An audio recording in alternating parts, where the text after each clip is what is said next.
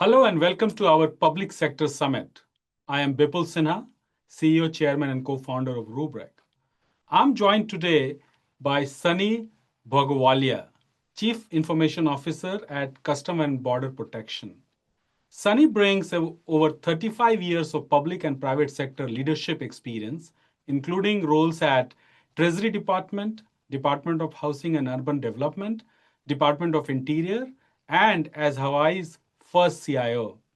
His work protecting a critical security agency offers unique insights into achieving genuine cyber resilience beyond compliance.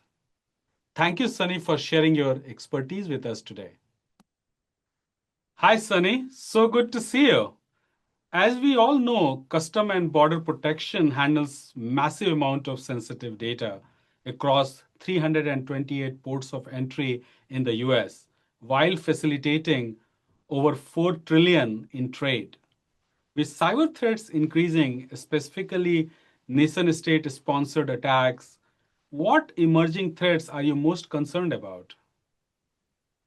Yeah, thank you, Bipul. Good to see you again. And again, I think you're doing some great work. We are obviously, just to give you a quick strategy overview of a strategic overview of our landscape, we received, evaluated, and about responded to over 15 billion system alerts annually, with over 40 to 100 million daily alerts, depending on Wow. how we count that, right? We blocked about 2.2 billion cyber network traffic attempts a day to access the CVP enterprise per month, which is about 105 million attempts blocked per day.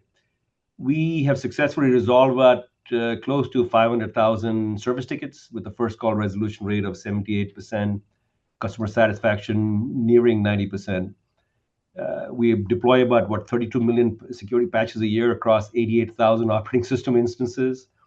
We support about 100,000 IT assets across 1,744 locations, depending on how we count that, including the 328 ports of entry, about 179 Border Patrol stations, 79 AMO stations, and an international location. We support about 40 billion data exchanges and about 10 billion data queries a day. It's about 50 petabytes of data storage. So as you can just imagine, this is a large environment. To your excellent question, obviously, with cyber threats increasing, the latest one you saw was Anthropic, where foreign state adversaries using that to do a AI-based attack. These are new things that are getting more and more threatening to us. So especially nation-state sponsored attacks, we track that very carefully. We have a CTI team and others team that are looking at counter-threat intelligence based on intelligence. I'd say the biggest threats that I'm concerned about, number one, is advanced cyber adversaries who are geared to just attack the United States of America, and therefore everyone in there, industry, government, everybody, right? Take everything from us, so to speak. So to secure the nation's border and maintain sort of an efficient flow of legitimate trade and travel, and by the way, just one correction, we actually facilitate $5.2 trillion of trade Wow. a year. So all imports and exports are going through that system. Just one of the 278 systems that I manage is a high value asset called automated commercial environment, which is 5.4 trillion. We also have in that system the collection agency for all the tariffs, and that is obviously hundreds of billions at the moment. So I think so. Number one, again, these advanced cyber adversaries now, they're trying to disrupt us, right? So any federal government information system that can be exposed to this widespread opportunistic cyber attacks are also targeted by these adversaries who are very well resourced and determined. So they have to play by no rules, and we have to play by all the rules. So that becomes a challenge. But they're pretty advanced because that's what they do. We're pretty advanced as a nation. We have some rules of engagement, unfortunately, that prevent. At least I'm only allowed to do defensive, but advanced cyber adversaries are coming at us. Point number two is they're using some basic techniques, phishing, ransomware. All of these techniques, you'd be surprised. It just takes one person or somewhere to have a little weakness in the supply chain or in the human chain. And ransomware has become one of the top cyber threats, increasing, and there's also increase in phishing and other cyber attacks. They're targeting government official, critical infrastructure, and private sector assets. So the risk to the IT supply chain will also increase. So clearly, ranging from me and others, we all get this stuff every day. And sometimes they're funny to watch because we know who they are, and that's definitely a phishing attempt. But in some cases, they're getting pretty sophisticated. So I think that's something to watch out for. Point number three, I would say, is the unavailable or unreliable IT systems. So I think working with top vendors, I think you are also in this landscape where we need to make sure resiliency and continuity of operation is very, very key so that we can really make sure the mission operations continue to increase in efficiency. We're getting very good at that because, we're resolving things very quickly through IT automation, data management, but we also realize that business continuity, disaster recovery, security in that realm has to be really looked at because the impact of an unavailable or unreliable IT system is huge. Can you just imagine if trade or travel or we're doing 1.2 million passengers travelers a day. We're also doing cargo at different levels of volume. Can you imagine if all that stops for even a few minutes or hours? So I think all of that is really something that we're watching for. So again, in summary, advanced cyber adversaries, uh, simple ransomware to phishing, all those kind of things, and mostly looking at in ecosystem how to make these systems more resilient, more reliable, while also looking at the security of it. Sunny, what you said about cyber resilience is very, very critical because the threat landscape we are seeing evolving all the time. We are seeing adversaries getting faster and more sophisticated. And as you said, the attackers have to be right once, the defenders have to be right 100% of the time. And that is a very asymmetric warfare, not to mention AI is being actively used in these attacks. How is CBP leveraging new technologies, Mm. particularly AI, to gain actionable intelligence as well as anticipate these threats before they escalate? Yeah, of course, that's a very good question. Lots going on there. I worked in a top 20 Fortune 20 company back in the day. I think now it's a Fortune 30 company. But, as a chief engineer, a lot of stuff going on back then. I worked in the FBI and other places and other agencies. And everywhere that I've been in state government, federal government, I've been a Treasury CIO as well, and now CVP CIO. I've seen that some of these challenges are the same, but now what's happened is the adversary is getting newer weapons that can be good, but also have sort of a boon and a bane. So the boon is you can do a lot of things with AI, for example, and the bane is AI with generative AI with the cyber attack can be very devastating. So I think point number one, I would say we need to solve real mission challenges. So we treat security as an intrinsic part of the IT ecosystem, meaning that we safeguard all our systems, sensitive data. So it's not just the networks and the perimeters and all that; it's the actual data. Because there's some stuff which is sensitive and stuff that it's not. But the sensitive data and operations against evolving threats is always looked at. So data is part of the whole life cycle of what we call IT and information resource management. Our systems can analyze vast amounts of data in real time to detect anomalies and patterns indicative of malicious activity, and they let us know. But on the other hand, we need to make sure that all that data is really prioritized, categorized, sort of looked at for sensitivity and so on and so forth, so that we know where they reside and what that is. So we've done a data inventory, and we've also looked at AI because data is very key to AI success. What are some of those things to look at with appropriate classification? I think the other thing in government is too much over classification.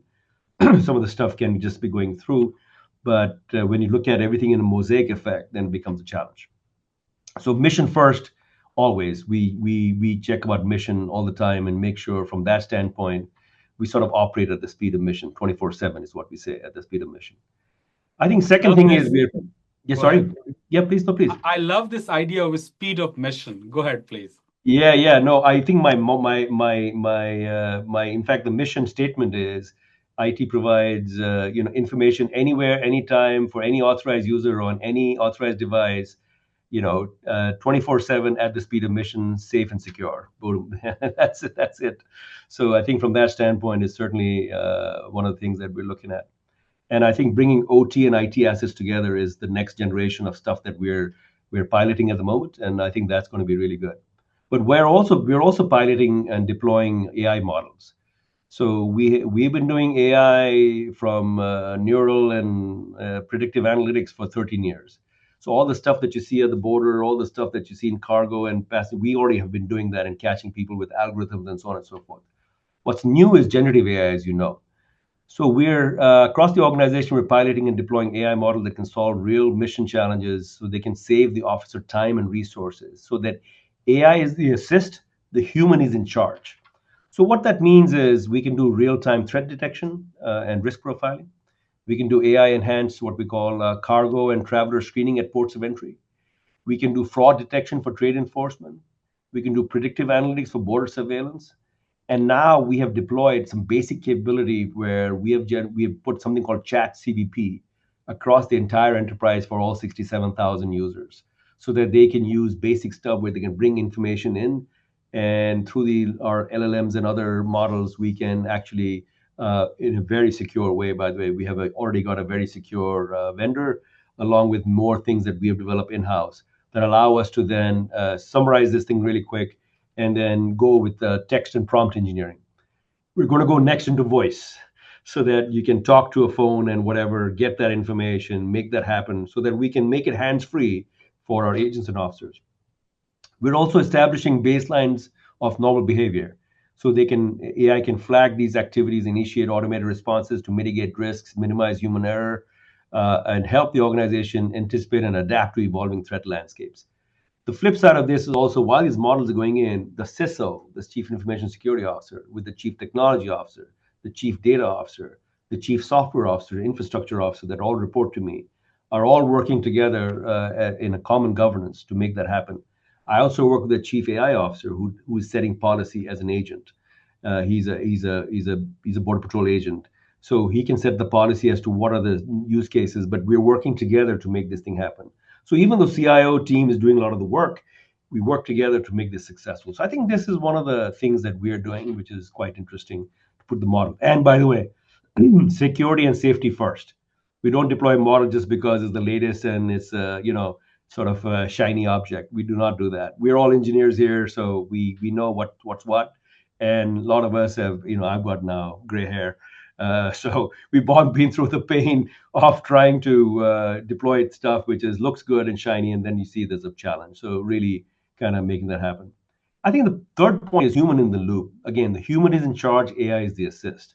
I think even though we know that AI is coming in some real intelligence in a lot of areas, the human intelligence and a lot of the things, consciousness that we have, we still got to use that agent ingenuity and officer awareness and everything else, so that the machine can detect the item of interest anomaly and is trained to detect, and that information then is served to the officer, agent, or trained operator. But AI is the assist. The human is in charge. So meaning the human officer or agent or trade analyst or whoever can say, that looks kind of, I'm not sure about that.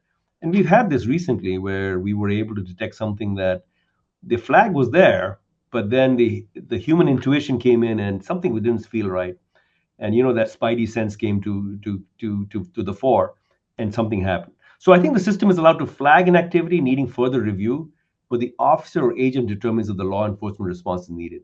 Now, based on voice, video, text, and other things, we can go along that continuum. But I feel like that's one of our philosophies, that we're still trying to kind of make sure that the human still is in charge. So I hope I've answered your question. Absolutely. And what I find exciting is you are bringing data, human intuition, and AI all together, because at the end of the day, the data is the new endpoint, new perimeter, whatever you want to call it. But data is key to AI success, and also Yep. data is the biggest vulnerability. And Yes. as we know, just prevention alone is not enough, because you can't prevent the unpreventable. Recovery and resilience is the key.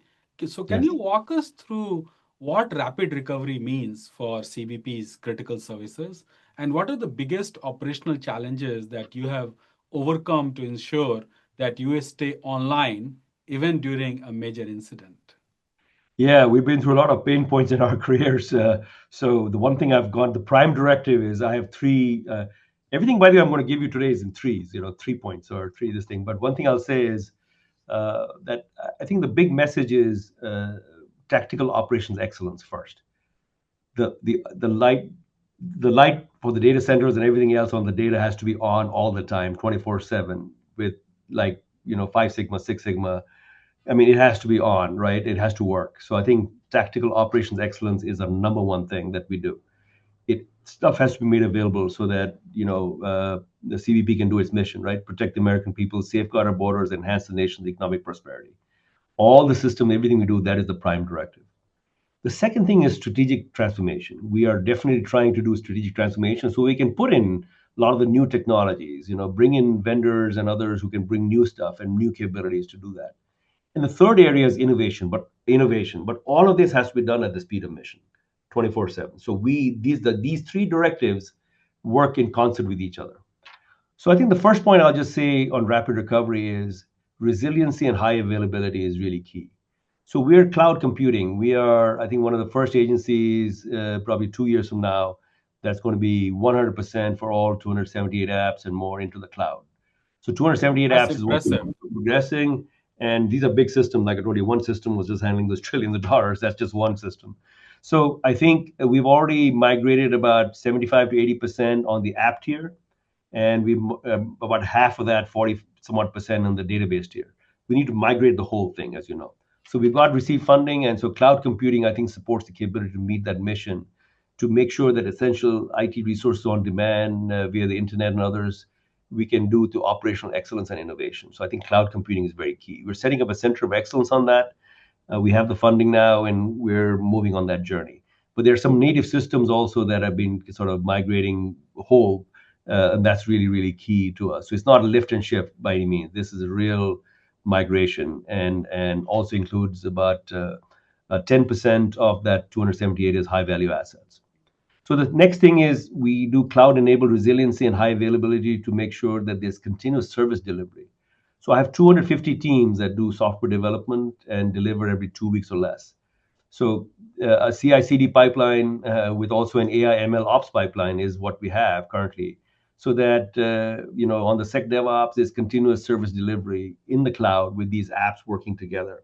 And so the database tier, even though it sits at a tier 4 data center, how does this all work together is what we kind of make sure that's happening. And some of these technologies are mostly commercial off the shelf, but in some cases there's heavy customization because there's no one system that does all national security or border security or trade for the country, right? There's a lot of software architecture there.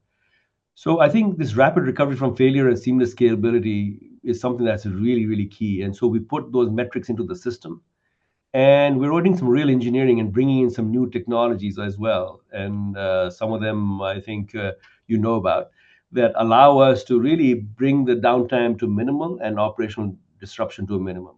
So we're always looking for top vendors and people who can come in and help us with that. So I think one of the things we're doing is AI-driven CI/CD pipeline, so that proactive intelligence system can adapt to project complexity and workflows.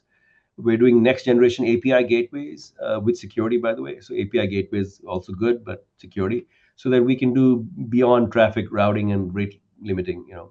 We have a service mesh automation. Say that a few times. So the infrastructure layer can manage the services, but the service mesh and the mesh architecture is all based on services, microservices, all the way to data mesh, to all that automation is what we're bringing in. We're also doing edge integration. So edge integration is from operational technology, which is the planes, boats, drones, vehicles, wall, Internet of Things, everything in that area with IT, and integrate that into the CI/CD pipeline so that we can innovate decentralizing execution to the edge nodes. This is a new area where we think we'll be one of the first agencies bringing OT, because OT is not within my domain. So I have another couple of 100,000 assets sitting on the OT domain at these 1,700 some locations, and I've got 100,000 on mine. I control the network, but that one is now. So we're doing like 3 or 4 proof of concepts, and that's worked really well. So I think that is point number 1: resiliency, high availability.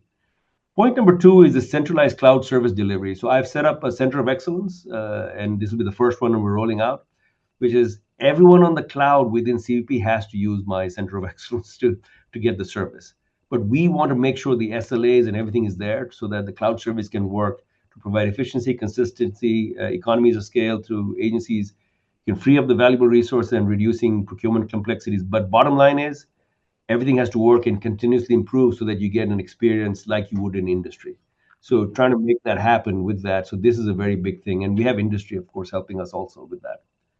I think the last is robust and reliable security measures. I mean, clearly, when you do centralized cloud delivery, robust and reliable security measures are built from the ground up. But we've noticed that recently there are some big providers that have had some issues with cloud, which is shocking.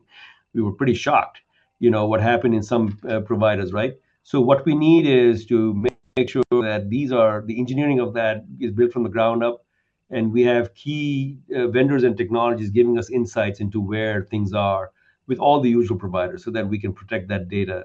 So that while we give the innovation and foster the innovation and cutting edge cloud, we got to just make sure the thing is available. You've seen all the news, obviously, two or three major providers that had some issues. We got a root cause analysis after that, RCA on that. But I think that's really the key. I think lastly, we just have to empower users with self-service. They can come to this website, do their thing, choose the model, work with us. We provide the service, and with agility and responsiveness, they can use that cloud and get their way going. So to me, that's really going with edge and everything else. So I think we're just trying to go to a service delivery model. I think this seems to be a big thing of the administration as well. So I think we're all in sync on that, and so far so good. Sunny, I've always been amazed by the level of transformation that your team, led by you, is undertaking. In just this description, what jumped out at me was AI transformation, cloud transformation, automation of like software development, software delivery, and then operationalizing through IT is such an amazing speed with which you guys are executing. I mean, it feels that your description feels more like Silicon Valley startup than a large distributed federal government organization. But I wanted to ask you a question around, given the scale of operations and your environment with this IT, OT, what are your biggest challenges in securing your critical infrastructure? Yeah, no, thank you. Well, first of all, like I said, I mean, watching some real experts like yourself who are really doing some amazing work in industry and taking it to new horizons, I think is really the key, obviously, for all of us to kind of work together because, as a country, we're all together trying to make sure that we have technologies that work. And I think from what I'm hearing, the administration seems to be focused on that. I feel like we're under attack, obviously, under the securing critical infrastructure as a country. So we need to all come together and protect that because you can't say the whole is. I'm glad the whole is in the other end of the boat. We're in the same boat, right? We got to make the same infrastructure, and we got to make sure it's all protected and resilient. So again, my points would be first. I think we need to have better data sharing and collaboration. We need to kind of integrate data from various sources. I think we have done that with that 50 petabytes of data. We're getting a holistic real-time view, is getting better. For the first time ever, I can tag, I've got a whole dashboard with all the information tagged for the data by organization, by server, by mission, by program. I mean, you can slice it 20 different ways. I got it. So that's important. Our chief data officer is doing a great job with our chief technology officer. I think getting that data, I can get that view of the border operations. I can look at effective risk management. I can do targeting of resources. Like I said, we have processed, and Bipul, this is amazing stat, 820 million people in 5.5 years, travelers in this country, right? With a 99.5% match rate, and we adjudicated in zero point 0.3 seconds on the quick check with a virtual tick. And of course, at the counter, you're still doing that face thing and all that, and that may take a few seconds. But can you imagine? Then that was a government industry partnership. Mind-boggling. So if you can, that is few systems that do that from the national security standpoint. But I think one thing that we do, a lot of us who are working here, we certainly love the mission and we love the output of that. And I think the same with our industry partners and vendors. Everyone loves the fact that we make it a win-win proposition. So I think this whole sharing and collaboration is something that we look at, and the targeting of resources and quicker identification of potential threats is very, very key. We've been able to find also 2,250 imposters in the last 5.5 years. So we've stopped literally 2,250 imposters who could have done from a terrorist to something else at the same sort of a section, if you can just imagine that. So I think I think enterprise data management allows us data sharing and collaboration, allows us more data sharing, and allows us to collaborate across CVP and external partners so that we can respond to the emerging challenges. One thing that from the administration has been very clear to us is they said you must share information. So now that we have more data, I can then go against these holdings and make sure that things happen. I'm able to, for example, one of the systems, I won't talk too much detail on it for security reasons, but I'll just say that I can do facial recognition, biometrics. I can do 2, 3 levels of biometrics and biographics on a handheld mobile while going against billions of holdings and with immediate matches and find people who are not they're not who they think they are or they're saying they are, right? So I can do that through the face. So just imagine if I have touched his fingerprints, face, and then I have biographic, it's game over, right? I can then now have three. So the more data we put into this and share and collaborate, the more we can do to find out. Because we want the good people to be here. We just want the really bad people to go out, right? So I think that's one of the keys that we've been told by the administration to do, and I think we're trying to do that correctly, so that we don't want to go beyond that. I think the second thing is capabilities through emerging technologies. There are a lot of emerging technologies coming in. There's obviously quantum. There's obviously AI, generative AI. There's obviously this edge computing and other things coming in. So we want to make sure that all these capabilities are aligned with federal and DHS requirements for security, and make sure that we can use the standard for modernization. Zero trust is another one, right? Zero trust, people don't realize how much you know. Of course, you're an expert, world-class expert on this, and you run a world-class company. But I'm just saying that is a big task. It's not easy when I've got these many things to do, right? So I think we need to do that. I think lastly, I'll say the biggest challenge is human-centered design. We have a lot of stuff where you can put something out there, but what is the experience on that? What is the interaction in the process? So it's not just technology. It should be business process that drives that. It should be what is that experience that makes that work. So we use governance policy and process. We also use CVP experience as a blueprint that integrates the innovation so that our agents and officers get that experience also. If there's a traveler in the country, they get that experience better, like global entry, mobile global entry. It's a great experience, right? It's a human-centered design, so you can just take a selfie, do your thing, and you don't even have to stop at the kiosk. With mobile global entry, you're hopefully, I don't know if you're using it, but go right through and you're done, right? It's so fast. So I think those are kind of things we're doing, of course, and so I think that allows us to do stability and control and do innovation. But I think employees play a central role because we're identifying what I call challenges, driving adoption. And so I have set up a climate so that everyone can thrive in this climate and make sure they can buy into this.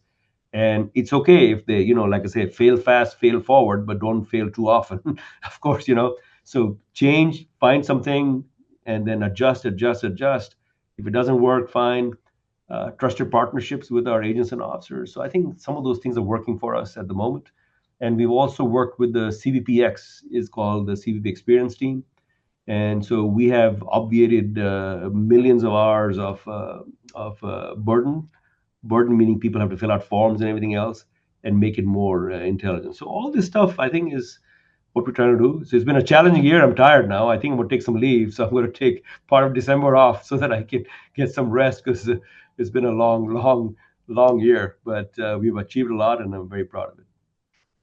Sunny, we Americans are so lucky to have a leader in you is running our great CVP organization.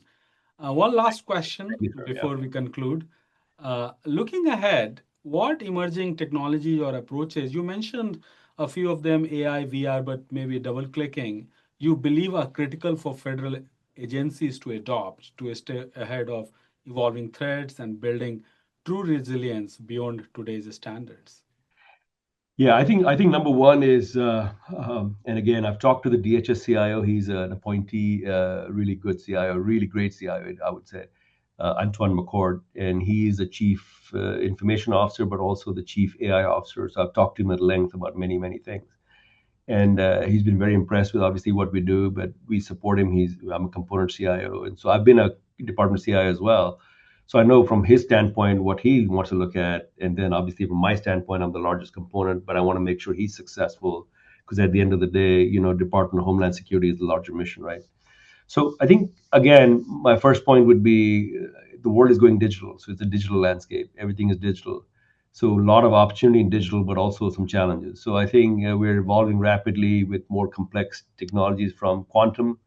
I think not only the quantum on the PQC aspect of it, post quantum cryptography, but quantum computing itself. What can that do when they have stabilized those qubits there? I think crypto is another area that we're looking at clearly for digital interaction and stuff like that. Advanced biometrics so that I can have more biometrics in there. We're getting the FIFA 26 coming in, LA 28 coming in. I'm processing all this volume of over a million some odd people a day. We're also helping TSA on their stuff. They process 3 million domestic a day. So how do we work that? So I do the 1.2 million, which is also in international and all that stuff. 30% international, rest of it in the ports of entry. They process 3 million in sort of within the domestic side of it. But we're helping them in that area. Unmanned aerial vehicles, UAVs, and also counter UAVs. So the cartels are doing counter. We have to counter them in UAVs and with drones and all that. So operational technology. I think machine learning, clearly with AI, to go more into some of the generative stuff that we can do, but very, very carefully. So we're looking at that. I think I already talked about some of the pipelines and things of that nature. I think mobility will be a key asset as well. Everything will be delivered mobile, but mobile itself has to be managed. And how do we deliver that through, I don't know, VR glasses, earpiece, a phone, next generation thing. I was hearing Mr. Musk yesterday talk about edge. It'll be delivered to the edge. That's interesting. That's a very interesting. So I listen to folks like yourselves who are brilliant, and Elon Musk and others who are bringing some really exciting new edge. So he mentioned edge yesterday, so I was like, wow, that is quite next generation. So I think that's where it's going. So I'm going to kind of go to where the puck is going to be. Second point, I'd say security needs to be intrinsic to the core. Security needs to be built in before the drywall goes up, as they say. But sometimes we don't look at it that way, And I think we're focusing on perimeter defense and all these other things where you should focus on the data itself as well. So I think that's a thing in improvement in the government. We're looking at all different kinds of threats, from the usual phishing to all the other stuff that I see. I've got dashboards everywhere that track all this stuff. But I will say that the adversary is switching tactics, TTPs, tactics, techniques, and procedures all the time. So we have to counter that as well. So I think looking at that and making sure we have maybe a desk set up, like for a certain country and for certain other things, or share those TTPs better across. So I think that's really key. Proactive measures on sensitive data and infrastructure. I think that's another key. And security should be embedded in the system design and development and operation procedures and focus on zero trust. So our new model is never trust, always verify. So zero trust we have done. I have, I think some of our vendors, but we have done some things to really start implementing certain capabilities from VPN all the way down across the entire enterprise already. Now we got to go into every app and look at that zero trust to do that. This will take a while, and we have to kind of do that. I think the third area, I'll just say training in people. At the end of the day, people are the weakest link, but they're the strongest link as well, right? So you've got to train them and make sure that they understand that these modernization efforts are good. But, like, for example, don't use AI browsers or something, if there's something going on. So we need to depend on their skills, ability, and engagement. We are doing some code assist, by the way, which allows us to do some software code development, but also very carefully so that we can take a look at that. But at the end of the day, people have minds and hearts and soul that, we need to convince them that, the mission needs to get done faster and better. So I said, I have 4 outcomes that I have my entire team work on all the time. Everything has to be done faster or better, more affordably and more securely. I'd like all 4, but I'll take 3 out of 4, and keep on going to those outcomes. So I think that's really a key. So we're also continuously training our people so that we can give them technologies and like, for example, Chat CVP, we gave them training on that. We're giving them new techniques on how to kind of be ready with cyber and so on and so forth. But I think we need to kind of keep that going. And I think we need from industry, from folks like yourselves, who are absolutely on that leading edge to kind of help train our people so they feel like they can also manage this technology, understand what it is. Because sometimes we get so busy in our lives that I'm an engineer myself, for example. A lot of times I never used to go to that training. You just, drop into the deep end and you have to figure it out, right? You're doing configuration and stuff and you're learning. And I think some of that is okay. But I think with generative AI, it's a game changer. We got to do something better. So I would love to hear your thoughts on how we think we can, use the advanced technologies that industry like yourself provide and make sure our operators, technologists, and leaders, all three different skill sets, know that what they need to do to keep it safe. Because at the end of the day, we're only as strong as our weakest link. So I think overall very positive. I think we are definitely looking at resilience from all these standards and everything else. But at the end of the day, getting good vendors who know the technology and have thought through this stuff, at industry, and folks like yourselves, I think is what we're interested in leveraging. You heard here about people, technology, scale of operations, as well as new technology, new processes, and how you integrate into an existing complex IT/OT environment. Sunny, we are very grateful for your insights on protecting a critical security agency, and it offers important lesson for all government organizations. Thank you for sharing your expertise today and for your continued service. At Rubrik, we are committed to supporting agencies like CBP by providing data security solutions that enables true resilience, not just compliance. Finally, thank you to everyone for joining us today. I hope this discussion has provided actionable strategies to strengthen your own organization's cyber resilience. Enjoy the rest of the summit.